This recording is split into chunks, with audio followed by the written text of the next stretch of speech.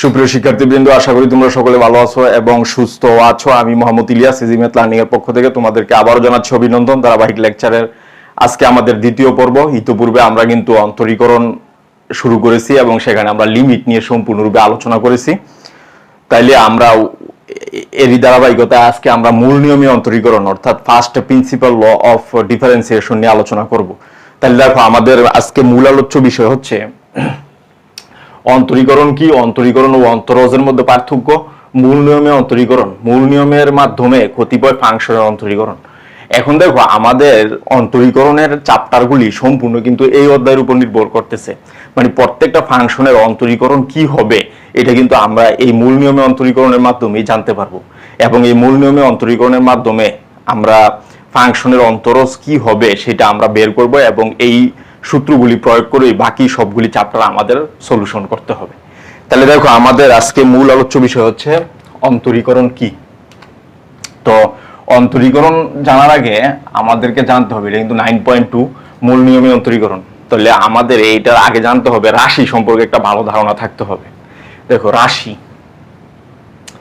তো রাশি আমরা কিন্তু জানি প্রধানত দুই প্রকার। একটা হচ্ছে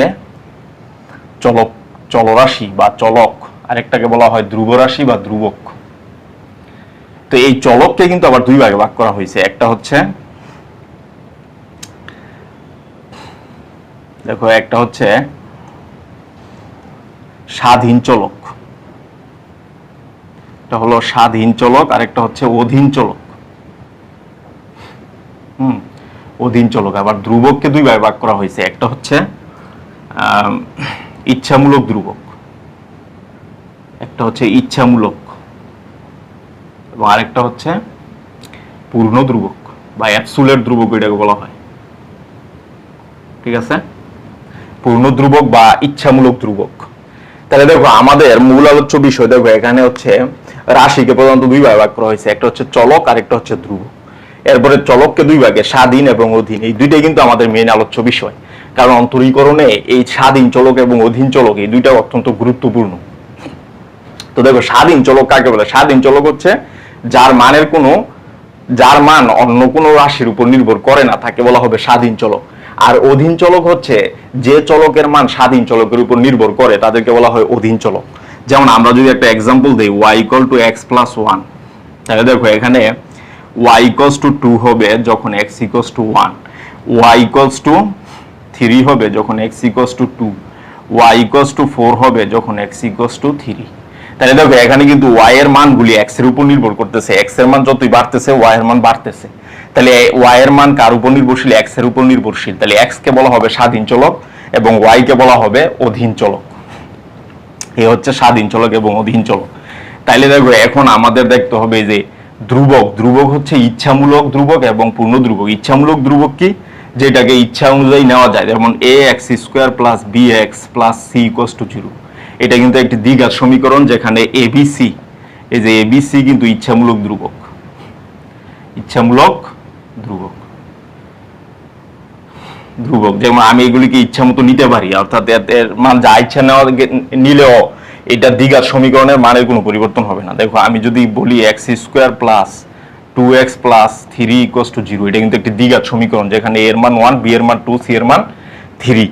এরপরে আমি যদি এটা নিই 2x² + 5x + 6, এটাও কিন্তু একটি দ্বিঘাত সমীকরণ, যেখানে a এর মান 2, b এর মান 5, c এর মান 6। অর্থাৎ পার্টিকুলারলি এগুলি কিন্তু কনস্ট্যান্ট, মানে ধ্রুবক। 6 ধ্রুবক, 5 একটা ধ্রুবক, 2 একটি ধ্রুবক, কিন্তু এদের মান আমি ইচ্ছা মতো নিতে পারবো। এটা হচ্ছে ইচ্ছামূলক ধ্রুবক। আর পূর্ণ ধ্রুবক হচ্ছে, দেখো এই যে 1, 2, 3, 4 এই যখন ফিক্সড হয়ে যাবে, এই যত সংখ্যাগুলি আছে এদেরকে বলা হবে পূর্ণ ধ্রুবক। তাহলে দেখো, আমাদের এখানে কিন্তু মূল আলোচ্য বিষয় হচ্ছে স্বাধীন চলক, অধীন চলক এবং ধ্রুবক। এগুলিকে আমাদেরকে কি করতে হবে? অন্তরীকরণ বের করতে হবে। তো দেখো, অন্তরীকরণ কি, এখন আমরা দেখবো অন্তরীকরণ কি। দেখো, এই যে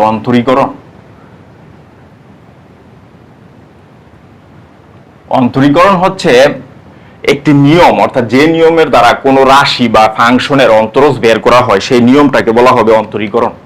ঠিক আছে, অন্তরীকরণ কিন্তু একটি নিয়ম, আর এই নিয়মের ফলে প্রাপ্ত রেজাল্টটাকে বলা হয় অন্তরজ। ঠিক আছে, যে ফলাফলটা আমরা পাই সেটাকে বলা হয় অন্তরজ। অর্থাৎ এই যে নিয়মের দ্বারা স্বাধীন চলকের পরিবর্তনের সাপেক্ষে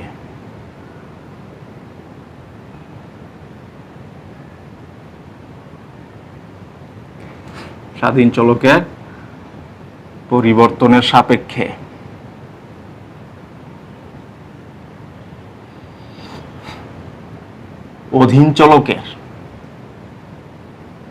অধীন চলকের পরিবর্তনের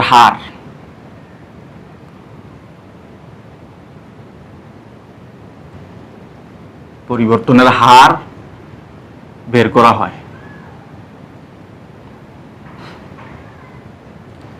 তাকে অন্তরীকরণ বলে।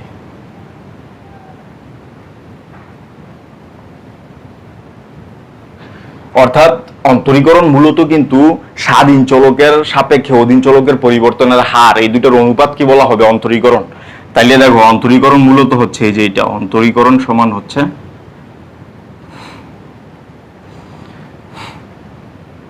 অধীন চলকের পরিবর্তন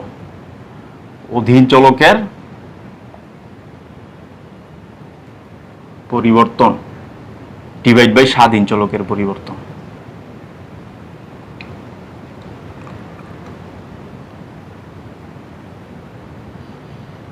এই যে এটা। তাহলে দেখো স্বাধীন চলকের পরিবর্তনের সাথে সাথে অধীন চলকের যে পরিবর্তন হয় দুইটার অনুপাতকে কিন্তু বলা হবে অন্তরীকরণ। তাহলে দেখো আমরা কিন্তু জানি এই যে দেখো এটা একটা সার্কেল, যার রেডিয়াস হচ্ছে r। তো এই সার্কেলটা পরিবর্তন হবে কখন? দেখো রেডিয়াস যদি আমি বাড়াই, সার্কেলটা কিন্তু পরিবর্তন হচ্ছে। এই যে বাড়াচ্ছি, সার্কেলটা পরিবর্তন হচ্ছে। অর্থাৎ রেডিয়াস কিন্তু এখানে হচ্ছে স্বাধীন চলক। এই রেডিয়াস যতই বাড়াচ্ছি সার্কেলের এই সারকামফারেন্স ততই বাড়তেছে। রেডিয়াস বাড়াচ্ছি, সারকামফারেন্স অর্থাৎ পরিধি ততই বাড়তেছে।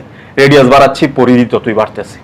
তাহলে সার্কেলের পরিধি বাড়া কার উপর নির্ভর করতেছে? ব্যাসার্ধের উপর। এবং এই সার্কেলের পরিধি যতই বাড়তেছে ক্ষেত্রফল কিন্তু ততই বাড়তেছে। তাহলে দেখো ব্যাসার্ধ বাড়াচ্ছি, পরিধি এবং ক্ষেত্রফল বাড়তেছে, ব্যাসার্ধ বাড়াচ্ছি, পরিধি এবং ক্ষেত্রফল বাড়তেছে। এইভাবে কিন্তু দেখা যাচ্ছে যে এই যে বৃত্তের ক্ষেত্রফল এবং পরিধি সেটা কিন্তু আর এর উপর নির্ভরশীল। অর্থাৎ একটা বৃত্তের আর কে যতই বাড়ানো হয় ততই সারকামফারেন্স অর্থাৎ পরিধি এবং ক্ষেত্রফল বাড়ে। আবার আর কে যখন কমানো হয় তখন কিন্তু পরিধি এবং ক্ষেত্রফল কমে। তাইলে দেখা যাচ্ছে বৃত্তের পরিধি এবং ক্ষেত্রফল মূলত নির্ভরশীল কিন্তু আর এর উপর অর্থাৎ ব্যাসার্ধের উপর বৃত্তের। তাহলে ব্যাসার্ধ হচ্ছে এখানে স্বাধীন চলক এবং এই পরিধি এবং হচ্ছে ক্ষেত্রফল এটার হচ্ছে অধীন রাশি। তাহলে এইভাবে কিন্তু পরিবর্তনটা হয় স্বাধীন চলকের সাপেক্ষে। এই পরিবর্তনের হারটা, এই পরিবর্তনটাকে কিন্তু অন্তরীকরণ বলে না। পরিবর্তনের হার মানে ব্যাসার্ধ বাড়াইলে কি পরিমাণ পরিধি বাড়তেছে এই দুইটার অনুপাতকে বলা হবে অন্তরীকরণ। তাহলে দেখো আমরা এখানে দেখছিলাম যে স্বাধীন চলকের পরিবর্তন। তাহলে এই দেখো গ্রাফিক্যালি যদি আমরা দেখাই, এই যে দেখো এই যে এটা যদি আমরা দেখাই, তাহলে দেখো মনে করি এখানে হচ্ছে এই যে এক্স, এই গ্রাফটা এতটুকু বাড়ছে, এই যে এতটুকু বাড়ছে কতটুকু? এই যে ডেল এক্স পরিমাণ, এই যে ডেল এক্স পরিমাণ বাড়ছে। আর ওয়াই বাড়ছে কতটুকু? ডেল ওয়াই পরিমাণ। ঠিক আছে? তাহলে দেখা যাইতেছে যে এই স্বাধীন চলক বাড়ছে কতটুকু? ডেল এক্স পরিমাণ। আর তার অধীনেও অধীন চলক বাড়ছে কতটুকু? ডেল ওয়াই পরিমাণ। ঠিক আছে? এই যে কার্ভটা এখানে ছিল এতটুকু বাড়ছে, তো এটা কিন্তু এক্স এই যে বরাবর এক্স বাড়ছে আর এই বরাবর কি ওয়াই বাড়ছে। তাহলে এই যে দুইটার অনুপাত। তাহলে দেখা যাইতেছে যে এটা কিন্তু হচ্ছে কুটির পরিবর্তন আর এটা হচ্ছে কি ভুজের পরিবর্তন। তো কুটি এবং ভুজের পরিবর্তন এটা কিন্তু ঢাল বলা হয়, আমরা জানি। ঠিক আছে? কুটি এবং ভুজের পরিবর্তনকে কি বলে? ঢাল। তো দেখো আমরা পাইছিলাম কি যে x1 y1 এবং x2 y2 বিন্দুগামী রেখার ঢাল কি ছিল? ঢাল কিন্তু ছিল y1 - y2 এবং x1 - x2। তো এটা কিন্তু আমরা লিখতে পারি এই যে ডেল ওয়াই, এই যে কুটির পরিবর্তন ডেল ওয়াই আর ভুজের পরিবর্তন হচ্ছে ডেল এক্স। তাহলে দেখো এটা কিন্তু একটা ঢাল নির্দেশ করে। তার মানে অন্তরীকরণ মূলত কিন্তু ঢাল নির্দেশ করে। বক্ররেখার কোন একটি নির্দিষ্ট পয়েন্টে ঢাল নির্দেশ করে, ওই ঢালের মান কিন্তু হবে অন্তরীকরণ। ঠিক আছে? তাহলে আমরা একটা জিনিস জানতে পারলাম যে অন্তরীকরণ মূলত কোনো বক্ররেখার প্রত্যেকটা বিন্দুতে স্পর্শকের ঢাল নির্দেশ করে। ঠিক আছে, যেমন আমাকে বললো যে এখানে এই পয়েন্টে অন্তরীকরণ কত, তাহলে এই পয়েন্টটা আমাকে কি করতে হবে, ঢাল বের করতে হবে। এই ঢাল, এই সরলরেখার ঢালই হবে ওই বিন্দুতে অন্তরীকরণের মান। তো দেখো এটাকে যদি আমরা লিমিট নেই, এই যে limit del x tends to 0 del y by del x, অর্থাৎ ডেল এক্স এর অন্তরীকরণের মূল প্রতিপাদ্য বিষয় কি, যে ডেল এক্স এর অতি নগণ্য বৃদ্ধির ফলে ওয়াই এর অতি নগণ্য পরিমাণ যে বৃদ্ধি পায়, অর্থাৎ এক্স এর মান অতি নগণ্য পরিমাণ বৃদ্ধির ফলে ওয়াই এর মান যে খুব সামান্য পরিমাণ বৃদ্ধি পায়, এই দুটার অনুপাত কি বলা হবে, অন্তরীকরণ। তাহলে এই যে ডেল এক্স টেন্ডস টু 0 মানে কি, ডেল এক্স এর পরিমাণ অতি ক্ষুদ্র পরিমাণ বৃদ্ধি পাচ্ছে। এই ডেল এক্স যদি অতি ক্ষুদ্র পরিমাণ বৃদ্ধি পায়, ডেল ওয়াইও কিন্তু অতি ক্ষুদ্র পরিমাণে বৃদ্ধি পায়। এই যে দেখো এখানে আমরা যদি দেখি, এই যে এখান থেকে এতটুকু বাড়লো, এতটুকু বাড়লো, তো এটা কিন্তু ডেল এক্স, আর এটা হচ্ছে ডেল ওয়াই, এই যে এতটুকু হচ্ছে ডেল ওয়াই। তো ডেল এক্স বাড়ছে, ডেল ওয়াই বাড়ছে। এটাকে যদি কমানো হয়, এই যে এখানে আনা হয়, তাহলে কিন্তু ডেল এক্স কমতেছে, ডেল ওয়াইও কমতেছে। আরো যদি নিকটে আনা হয়, ডেল এক্স কমতেছে, ডেল ওয়াই কমতেছে। তাহলে আনতে নিয়ে আসতে আসতে যদি একেবারে এই যে এটার কাছাকাছি নিয়ে আসা হয়, তাহলে কিন্তু ডেল এক্স টেন্ডস টু 0 হয়ে যায়, ডেল ওয়াই টেন্ডস টু, মানে ডেল ওয়াই এর পরিমাণও কমে যায়। তাহলে দেখা যাইতেছে যে অতি ক্ষুদ্র পরিমাণ, ক্ষুদ্র ক্ষুদ্র বিষয় নিয়ে কিন্তু অন্তরীকরণ হিসাব করে। ঠিক আছে, তো এই যে অতি ক্ষুদ্র পরিমাণ বৃদ্ধির ফলে ওয়াই এর পরিমাণ, ফাংশনের মান কি পরিমাণ বৃদ্ধি পাচ্ছে, এটি হচ্ছে অন্তরীকরণ। এবং এটাকে দেখো limit del x tends to 0 del y by del x, এটাকে কিন্তু বলা হয় ডিওয়াই বাই ডিএক্স, এটাই হচ্ছে অন্তরীকরণ।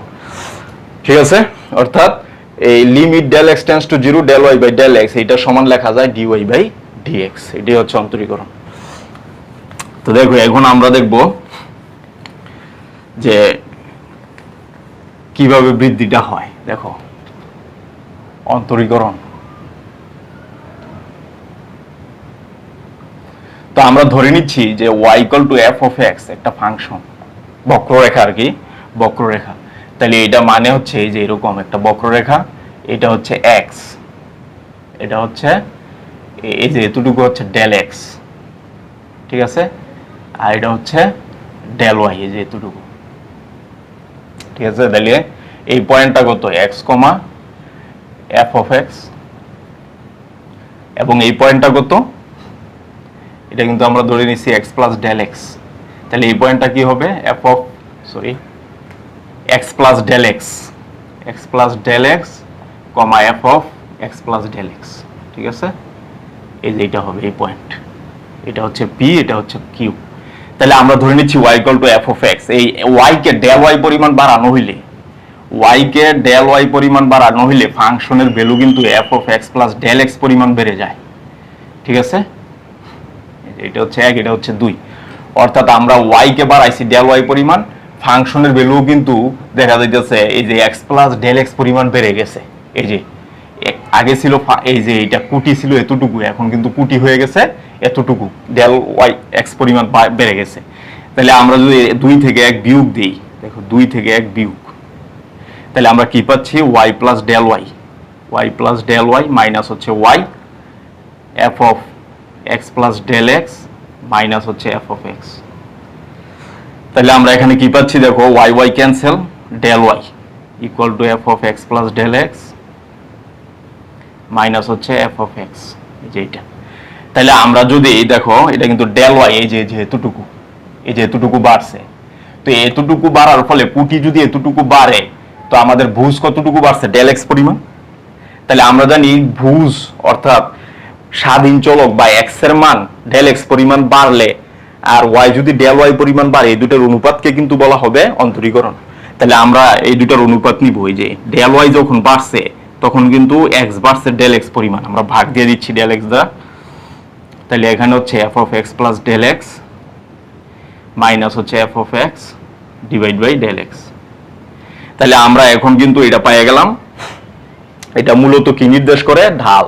এই যে দেখো এই ত্রিভুজের ক্ষেত্রে এই যে এখানে কিন্তু p, আমরা যদি m ধরি, এটাকে PMQ কিন্তু একটা ত্রিভুজ। এই ত্রিভুজের এই যে ডেল y হচ্ছে লম্ব আর এটা হচ্ছে ভূমি। তো আমরা জানি লম্ব বাই ভূমি সমান হচ্ছে টেন থিটা, টেন থিটাই কিন্তু ঢাল নির্দেশ করে। তাহলে দেখো এই যে এখানে যে আমরা লিমিট নেই, limit del x tends to zero del y by হচ্ছে ডেল এক্স। অর্থাৎ আমরা যে লিমিট নিলাম মানে এটা আমরা ধরে নিচ্ছি যে এই যে কিউ বিন্দু পি বিন্দুর অতি নিকটে চলে আসছে, অর্থাৎ q tends to p, q যদি পি এর অতি নিকটে চলে আসে তাহলে কিন্তু del x tends to zero হয়ে যাবে, অতি ক্ষুদ্র বৃদ্ধি। ডেল এক্স এর অতি ক্ষুদ্র বৃদ্ধির ফলে ডেল ওয়াই অতি ক্ষুদ্র পরিমাণ বৃদ্ধি পাচ্ছে। তাহলে এখানে হচ্ছে del x tends to zero f of x plus del x minus f of x divide by del x. তাহলে এই যে এটাকে লিমিট, দেখো এখানে limit del x tends to zero, limit del x tends to zero del y by del x, এটা কি বলা হয় d y by d x equals to limit del x tends to zero f of x plus del x minus f of x divide by del x. এটাই কিন্তু হচ্ছে derivative. অর্থাৎ P বিন্দুতে, যে এটা কিন্তু পি বিন্দুতে কোনো ফাংশনের ডেরিভেটিভ, এটাই হচ্ছে অন্তরীকরণ। এই প্রাপ্ত রেজাল্টটাকে বলা হবে অন্তরজ। তার মানে আমরা কি দেখতে পাচ্ছি, এক্স এর অতি ক্ষুদ্র বৃদ্ধির ফলে ফাংশনের ভ্যালু কতটুকু বৃদ্ধি পাচ্ছে তার অনুপাতের সীমাস্থ মানকে বলা হবে অন্তরীকরণ। ঠিক আছে, তাহলে এটা আমরা দেখলাম। এরপরে দেখো আমরা দেখব অন্তরীকরণের গ্রাফিক্যাল রিপ্রেজেন্টেশন, অর্থাৎ এই লেখচিত্রের মাধ্যমে অন্তরীকরণ ব্যাখ্যা। দেখো লেখচিত্র,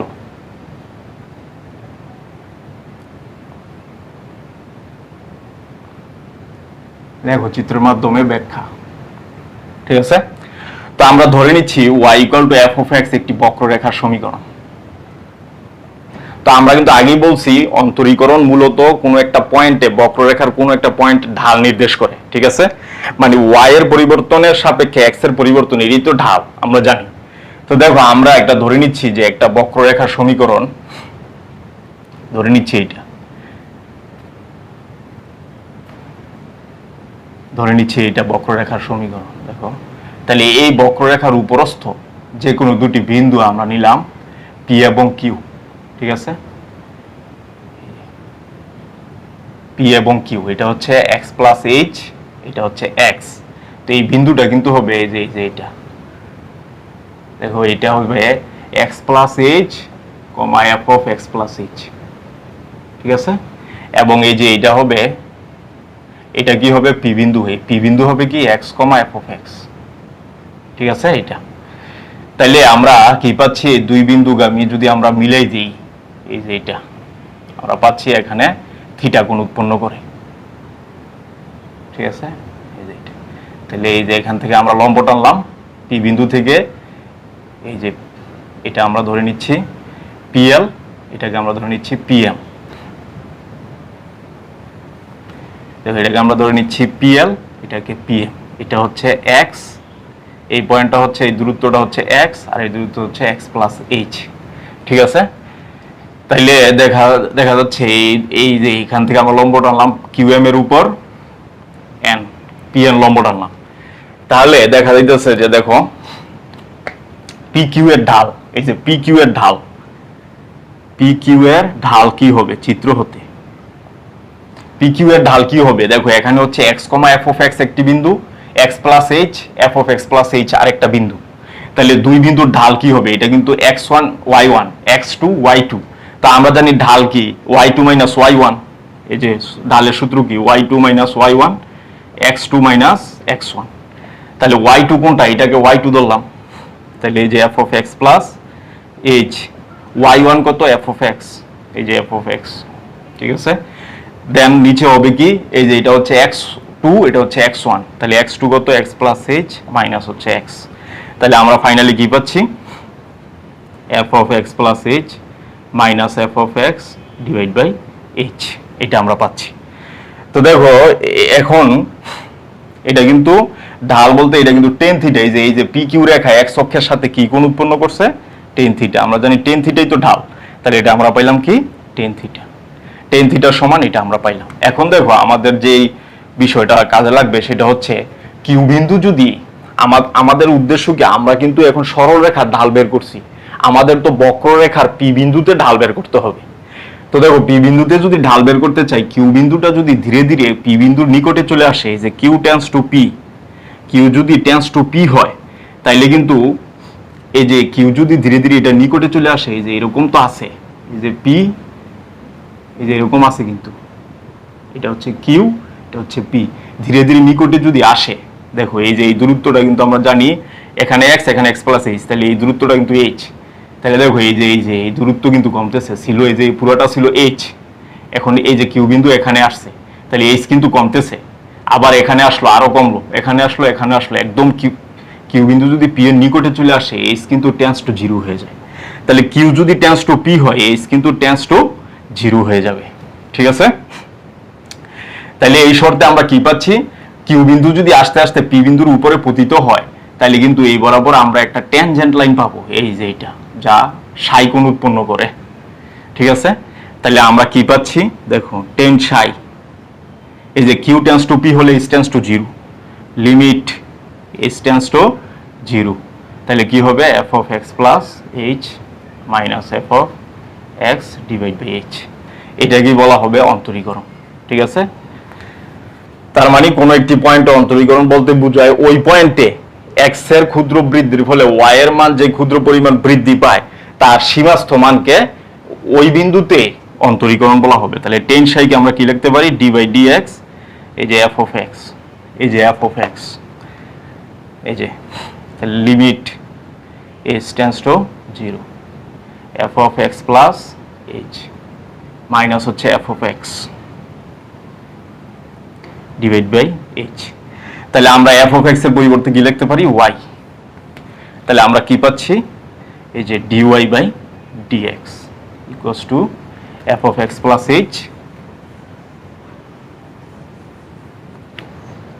দেখো f of x plus h minus হচ্ছে f of x divide by h, sorry limit h tends to zero, f of x plus h minus f of x divide by H.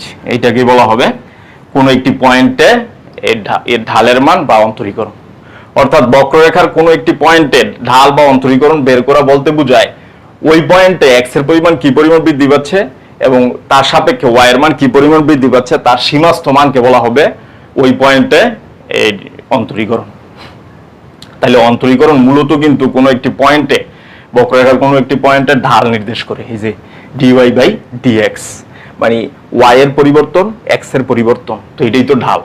তা আমরা এটা দেখলাম, এখন এটাই কিন্তু মূল নিয়মে অন্তরীকরণ, এটাকেই বলা হবে মূল নিয়মে অন্তরীকরণ। এই সূত্র দিয়ে এই সবগুলি সলিউশন আমাদেরকে করতে হবে, বুঝছো? এই সূত্রটাই হচ্ছে মূল নিয়মে অন্তরীকরণের সূত্র।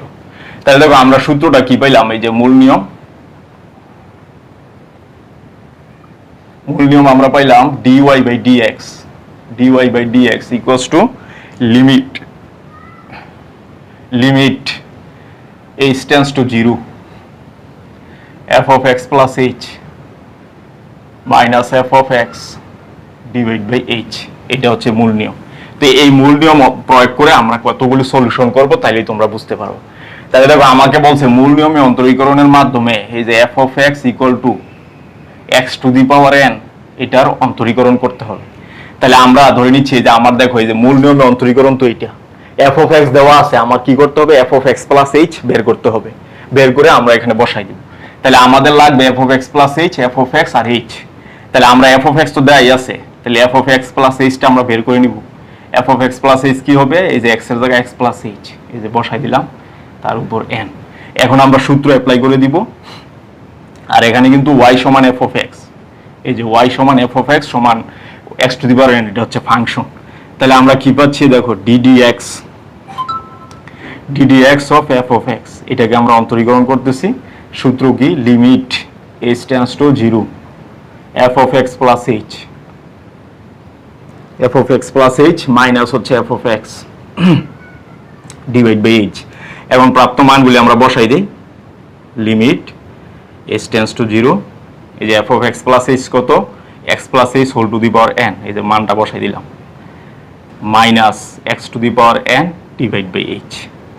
দেন আমরা কি করতে পারি দেখো, লিমিট h tends to 0, এই যে এখানে কিন্তু x to the power n common নেওয়া যায়, কমন নিয়ে নিলাম, থাকে 1 plus h by x to the power n minus x two the power n, এটা আমাদের থাকে ডিভাইড বাই h। দেন আমাদের কাজ হচ্ছে কি দেখো,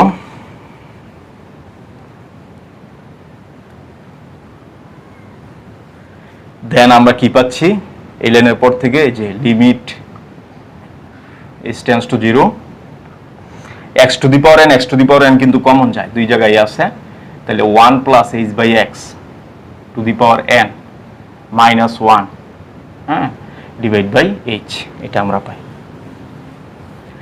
তো তারপর এই দেখো এখানে কিন্তু h টেন্ডস টু 0, এই যে লিমিটের মধ্যে যে থাকবে, লিমিটের মধ্যে যে থাকবে সে হচ্ছে চলক আর বাকি সব ধ্রুবক, তাহলে h টেন্ডস টু 0 এখানে কিন্তু x to the power n, x to the power n এখানে কনস্ট্যান্ট, তাহলে x to the power n কে আমরা লিমিটের বাইরে নিয়ে আসলাম, h টেন্ডস টু 0। এখন এটাকে দ্বিপদী বিস্তৃতি করতে হবে, ঠিক আছে, এটাকে দ্বিপদী বিস্তৃতি করলে আমরা কি পাই 1 plus n h by x plus n, দেখো এরপরে হবে n n minus 1, n n minus 1 divided by factorial 2 h square by x square, হ্যাঁ, h square by x square plus dot dot dot minus 1, এই যে এটা, এই যে minus 1টা আমরা দিয়ে দিলাম ডিভাইড বাই h।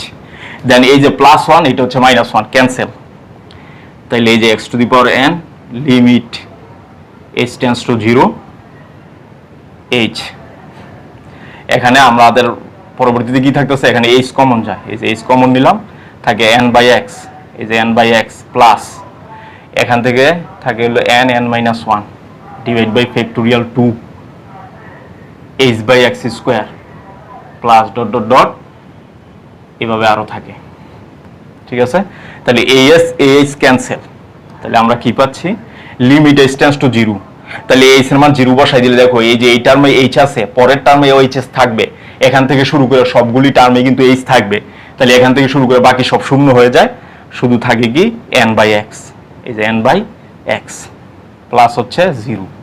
তাহলে আমরা যদি গুণ করে দিই কি থাকবে x to the power n, সেটা আমরা উপরে লিখি, তাহলে আমাদের রেজাল্টটা কি আসতেছে দেখো, এই যে x to the power n into n by x, এই যে n বাই x, তাহলে আমরা যদি ভাগ দেই তাহলে এই যে n x to the power n minus 1, এই যে পাওয়ার এখানে 1 আর এখানে ভাগ দিলে পাওয়ার বিয়োগ হয়, তাহলে আমরা কি পেলাম দেখো x to the power n এর মূল নিয়মে অন্তরীকরণ, মানে অন্তরীকরণের মান কি হবে n x to the power n minus 1, মানে পাওয়ারটা সামনে আসবে, পাওয়ার থেকে 1 বিয়োগ হবে। তাহলে আমাকে যদি সিমিলারলি এরকম বলে f of x to the equals to x to the power 10, এটা ডেরিভেটিভ কি হবে, মানে ddx of f of x কি হবে, তখন কিন্তু আমার কি হবে পাওয়ারটা সামনে আসবে, পাওয়ার থেকে 1 বিয়োগ হবে, ঠিক আছে। তাহলে আমাদের কি থাকতেছে 10x টু দি পাওয়ার 9, এইভাবে আমাদের অন্তরীকরণগুলো করতে হবে। তাহলে দেখো আমরা কিন্তু একটা পেয়ে গেলাম, এই সূত্র কিন্তু বাকি সবগুলি চ্যাপ্টারে ব্যবহার হবে। x to the power n এর ডেরিভেটিভ হচ্ছে n x to the power n minus 1, তার মানে পাওয়ার যত থাকবে ওইটা সামনে আসবে আর পাওয়ার থেকে 1 বিয়োগ হবে।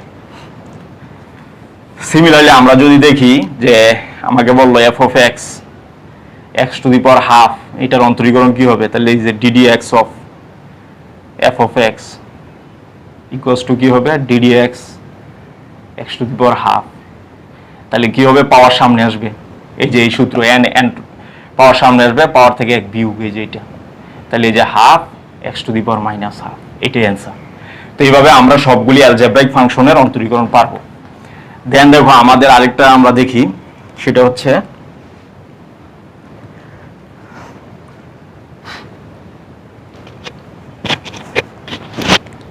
দেখো দেওয়া আছে f of x equals to e two the power x, এটাকে মূল নিয়মে অন্তরীকরণ করতে হবে। তাহলে আমরা জানি কি এই যে f of x তো দেয় আছে, আমাকে লাগবে কি f of x plus h, ঠিক আছে। তাহলে এই যে f of x plus h আমরা বের করে নিই, e two the power x এর জায়গায় কি হবে x প্লাস h, যেখানে h অবশ্যই টেন্ডস টু 0, অর্থাৎ অতি ক্ষুদ্র পরিমাণ আমরা বাড়াইলাম ফাংশনের ভ্যালু। তাহলে আমাদের সূত্র কি দেখো ddx of f of x equals to limit h tends to 0 f of x plus h minus হচ্ছে f of x divide by h, তাহলে আমরা কি পাচ্ছি limit h tends to 0 f of x plus h এর মান কত, এই যে e to the power x plus h minus হচ্ছে e to the power x divide by h. তো আমরা এটাকে কি লিখতে পারি দেখো, limit h tends to 0 e to the power x into e to the power H, কারণ গুণের ক্ষেত্রে পাওয়ার যোগ হয়, এটাকে ভাঙে এইভাবে লেখা যায় ডিভাইড বাই এইচ। তাহলে ফাইনালি আমরা কি পাচ্ছি দেখো, ফাইনালি আমরা পাচ্ছি লিমিট এস টেন্স টু 0, এই যে এই দুইটার মধ্যে e to the power x common যায়, এই যে e to the power x common থাকে, e to the power h minus হচ্ছে 1 ডিভাইড বাই এইচ। দেন আমরা এই যে লিমিট এইচ টেন্স টু 0, তাহলে এইচ যেখানে নাই ওইটা কিন্তু ধ্রুবক, তাহলে এই যে e to the power x কিন্তু ধ্রুবক, এটাকে বাইরে নিয়ে আসলাম। তাহলে এই যে limit h tends to 0 e to the power h minus 1 divide by h. এখন এই যে e to the power H এর বিস্তৃতি আমাদের করতে হবে। তো আমরা কিন্তু জানি ই টু দি পাওয়ার এক্স এর বিস্তৃতি কি 1 plus x plus x square by 2 factorial x cube by 3 factorial plus এইভাবে চলতে থাকবে। এটা কিন্তু আমরা জানি ই টু দি পাওয়ার এক্স এর বিস্তৃতি, এই বিস্তৃতির মানটা আমাদের এখানে বসাইতে হবে। তাহলে দেখো আমরা যদি এটাকে এক্সপানশন করি তাহলে আমাদের কি আসতেছে, ই টু দি পাওয়ার এইচ তাহলে হবে 1 plus h plus h square by factorial 2, হ্যাঁ, plus h cube by factorial 3 plus dot dot dot minus হচ্ছে 1, যে এটা ডিভাইড বাই এইচ। তাহলে এই যে plus 1 minus 1 cancel, plus 1 minus 1 cancel. তাহলে আমরা কি পাচ্ছি, আমরা কিন্তু পাচ্ছি limit h tends two E to the power x limit h tends to 0, এই যে 1 1 ক্যান্সেল, তাহলে থাকে এইচ, তাহলে এইচ কিন্তু কমন যায়, যে কমন নিয়ে নিলাম, থাকে 1 প্লাস এখানে 1 থাকে, এখানে থাকে h by 2 factorial, h by 2 factorial, এখানে হচ্ছে h square by 3 factorial dot dot dot, এই যে এটা ডিভাইড বাই হচ্ছে এইচ, এই এইচ ক্যান্সেল। তাহলে ফাইনালি আমাদের কি থাকতেছে দেখো, ই টু দি পাওয়ার এক্স, এরপর যে আমরা লিমিট, যে লিমিট এইচ টেন্স টু 0 আমাদের থাকতেছে এখানে 1, এখানে হবে এইচ বাই 2 ফ্যাক্টোরিয়াল, এখানে থাকবে h square by 3 factorial plus dot dot dot. তাহলে এইচ টেন্স টু 0 বসাইলে এই টার্মের পর থেকে সবগুলো কিন্তু শূন্য হয়ে যাবে, থাকবে হচ্ছে e to the power x into 1, ঠিক আছে। তাহলে থাকতেছে ই টু দি পাওয়ার এক্স, তার মানে আমরা দেখতে পেলাম ই টু দি পাওয়ার এক্স এর ডেরিভেটিভ ই টু দি পাওয়ার এক্সই হয়, ঠিক আছে। অন্তরীকরণ হবে কি ই টু দি পাওয়ার এক্স, তার মানে এটা আমরা জেনে গেলাম। তাহলে আমাকে যদি বলে যে y equal two E to the power x, এটার ডেরিভেটিভ কি হবে, তাহলে হবে কি ddx of y equals to ddx of E to the power x equals two হচ্ছে e to the power x. এটা আমরা বুঝতে পারলাম। তো এইভাবে আমরা আরো কয়েকটি ফাংশন বের করতে পারি, সেটা হচ্ছে ln x। দেখো এই যে ln x f of x equals to ln x, এটা এই আমরা মূল নিয়মে অন্তরীকরণটা দেখব। তাহলে আমাদের সূত্র কিন্তু এটা মূল নিয়মের। তাহলে আমরা f of x তো দেয়াই আছে, f of x plus h টা বের করতে হবে। তাহলে এই যে f of x plus h আমরা বের করলাম, কি হবে ln x প্লাস h, ঠিক আছে, যেখানে অবশ্যই h টেন্স টু 0, অর্থাৎ h এর অতি ক্ষুদ্র পরিমাণ বৃদ্ধির ফলে। তাহলে আমাদের কি হবে derivative ddx of f of x equals to limit h tends to 0, ঠিক আছে, লিমিট h টেন্স টু 0। তাহলে কি হবে f of x plus h, f of x plus h minus f of x divide by h। তাহলে আমরা এখানে কি পাচ্ছি, limit h tends to 0, f of x plus h এর মান কত ln, এই যে ln x plus h minus হচ্ছে ln x, এই যে f of x সমান ln x divide by h, এটা আমরা পাইলাম। তাহলে ফাইনালি আমরা কি পাই দেখো, এখানে আমরা জানি ln এর ক্ষেত্রে বিয়োগ আকারে থাকলে সেটাকে ভাগ আকারে লেখা যায়, ঠিক আছে। ln এর ক্ষেত্রে বিয়োগ আকারে থাকলে ভাগ আকারে লেখা যাবে। তাহলে আমরা যদি এটাকে ভাগ আকারে লিখি তাহলে কি হবে ln x plus h divide by x। কারণ এটা তো আমরা জানি যে ln, এই যে ln m minus ln n equals to হচ্ছে ln m বাই n, এটা কিন্তু আমরা জানি, এই সূত্রটা আমরা অ্যাপ্লাই করলাম। ডিভাইড বাই হচ্ছে h, তাহলে আমাদের কি থাকতেছে finally limit h tends to 0, এখানে হচ্ছে লন, তাহলে এখানে এই যে x বাই x ক্যান্সেল, তাহলে থাকবে 1, থাকবে h বাই x। ঠিক আছে, এখন আমাদের লন 1 প্লাস x এর বিস্তৃতিটা কিন্তু জানতে হবে। তাহলে আমরা কিন্তু জানি এই যে লন 1 প্লাস x এর বিস্তৃতি এটা কি, এটা আমরা জানি, সেটা হচ্ছে x minus x square by 2 plus x cube by 3 plus minus x to the power 4 by 4 plus dot dot dot. এটা হচ্ছে লন 1 প্লাস x এর বিস্তৃতি, এটা কিন্তু আমরা জানি। তাহলে দেখো এই যে বিজোড় পাওয়ার আগে প্লাস আর জোড় পাওয়ার আগে হবে মাইনাস। ঠিক আছে, লন 1 প্লাস x এর বিস্তৃতি হচ্ছে বিজোড় পাওয়ার আগে হচ্ছে প্লাস আর জোড় পাওয়ার আগে হবে মাইনাস, এইভাবে চলতে থাকবে। তাহলে আমরা এই বিস্তৃতিটা এখানে ব্যবহার করব, এটা 1, এটা হচ্ছে x। তাহলে আমাদের রেজাল্ট কি আসতেছে h টেন্ডস টু 0, এই যে এটা হচ্ছে h আর এখানে হবে এই যে এটা কিন্তু x, তার মানে x minus h square by x square, মানে আমরা এইভাবে লিখতে পারি half h square by x square plus 1 by 3 h cube by x cube. ঠিক আছে, মাইনাস ডট ডট ডট, এইভাবে চলতে থাকবে। এটা আমরা পাইলাম। দেন আমাদের কাজ কি দেখো, দেন আমাদের কাজ হবে লিমিট h টেন্ডস টু 0, এই যে h এই প্রত্যেকটা টার্ম থেকে আমাদের দেখো h কমন যায়, এই যে h কমন নিয়ে নিলাম, তাহলে এই যে 1 বাই x,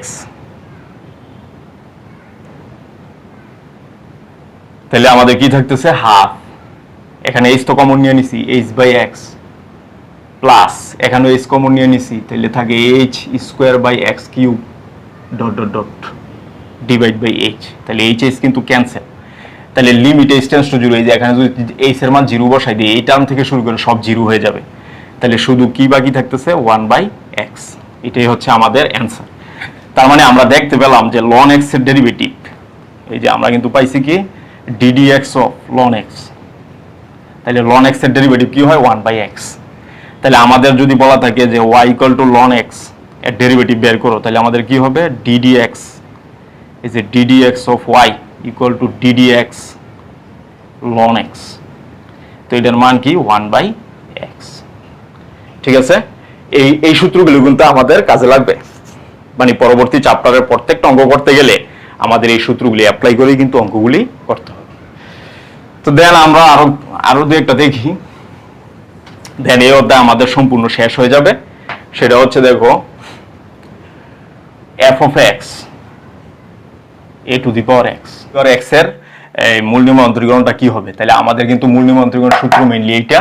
তাহলে আমাদের f of x তো দেয়া গেছে, f of x plus h টা বের করতে হবে। তাহলে দেখো f of x plus h equal to হবে x এর জায়গায় x plus h, যেখানে h অবশ্যই টেন্ডস টু 0। তাহলে আমরা সূত্রটা অ্যাপ্লাই করে দিই, সেটা হচ্ছে ddx of f of x, ঠিক আছে, equals to limit h tends to 0 f of x plus h minus হচ্ছে f of x divide by h। তাহলে আমরা যদি মানটা বসাই দিই কি আসবে, f of x plus h হচ্ছে a to the power x plus h minus হচ্ছে a to the power x divide by h।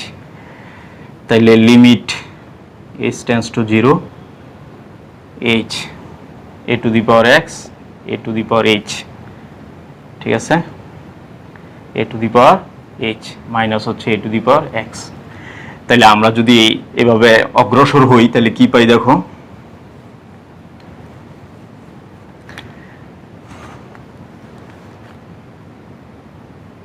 দেন হচ্ছে আমাদের লিমিট h টেন্ডস টু 0, সেটা হচ্ছে এই দুটার মধ্যে ax কমন যায়, ax কমন থাকে a to the power h minus হচ্ছে 1 ডিভাইড বাই h।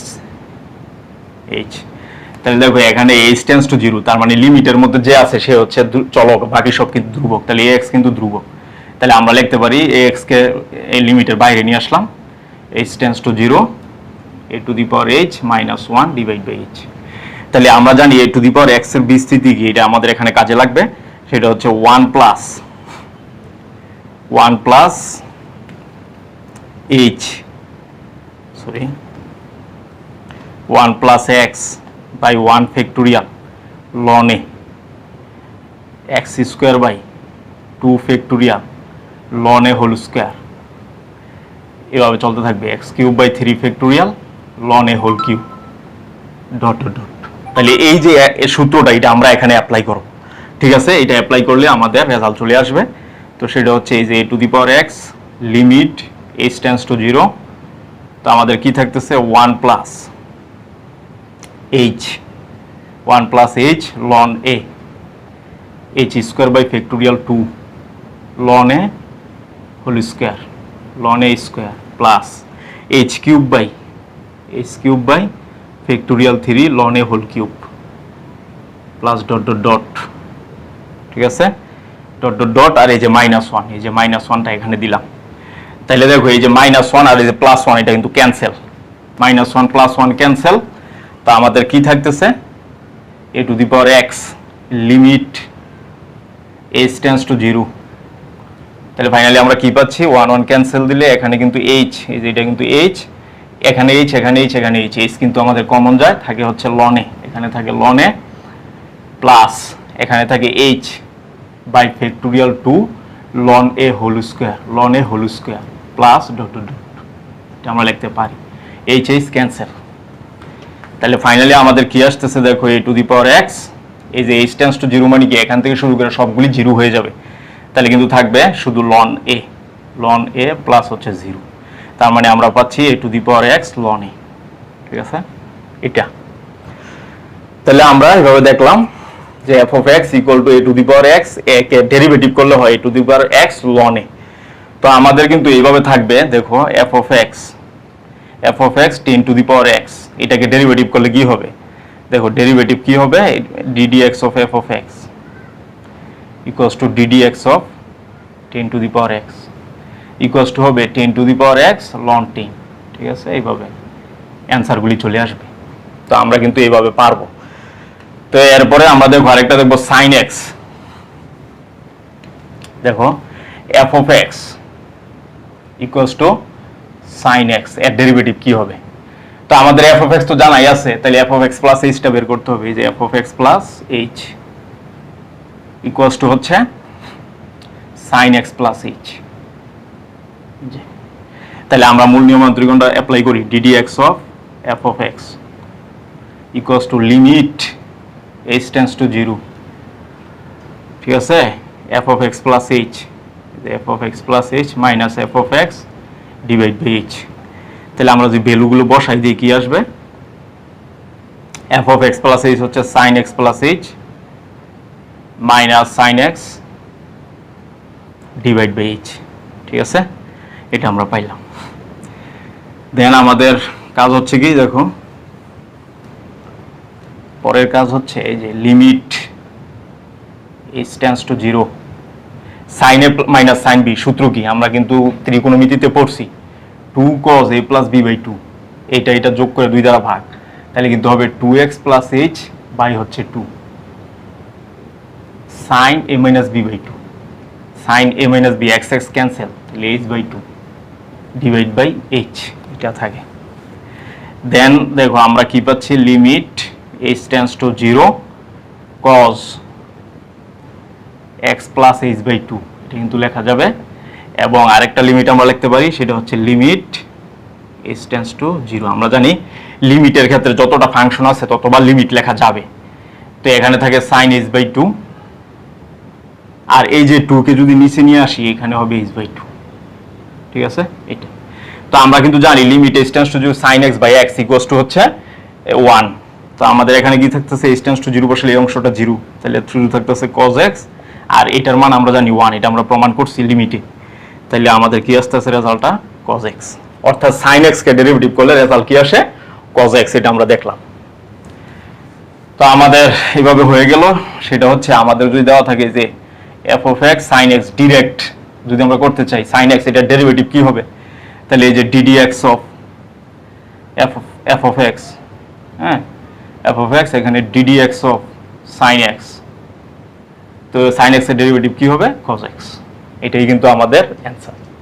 তো এইভাবে ট্রাইগোনোমেট্রিকের cos x cot x tan x sec x cosec x এগুলি তোমাদেরকে করতে হবে বাসায়। এরপর আমি চ্যাপ্টারের কিছু অঙ্ক নিয়ে হাজির হব, সেটার সাথে সাথে আমাদের মূল নিয়মের সম্পূর্ণ শেষ হয়ে যাবে। এই প্রাপ্ত মূল নিয়মের মাধ্যমে যে ডেরিভেটিভ বা অন্তরজগুলি আমরা পাইছি এগুলি কিন্তু ডিরেক্ট পদ্ধতিতে বাকি চ্যাপ্টারগুলিতে ব্যবহৃত হবে। বাকি চ্যাপ্টারের সবগুলি অঙ্ক এই মূল নিয়মে অন্তরীকরণের সাহায্যে করতে হবে। এবং সামনের ক্লাসে আবারও তোমাদের সামনে হাজির হব। সেই পর্যন্ত সকল সুস্বাস্থ্য কামনা করছি। আল্লাহ হাফেজ।